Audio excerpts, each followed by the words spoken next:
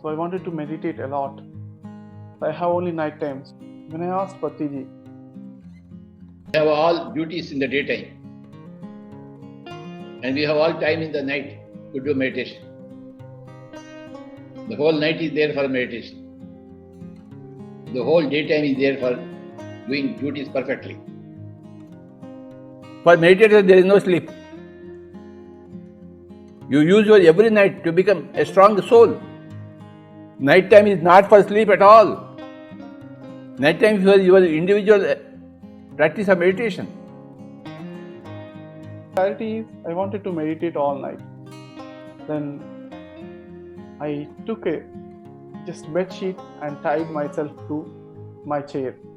I experimented like that. For the next 10 years, I meditated like that. Like that, a lot of gradual evolution happened. Gudakesha, a 41-day nighttime awareness meditation practice workshop.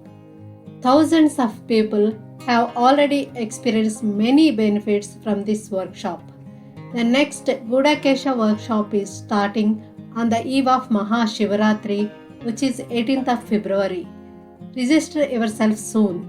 Thank you.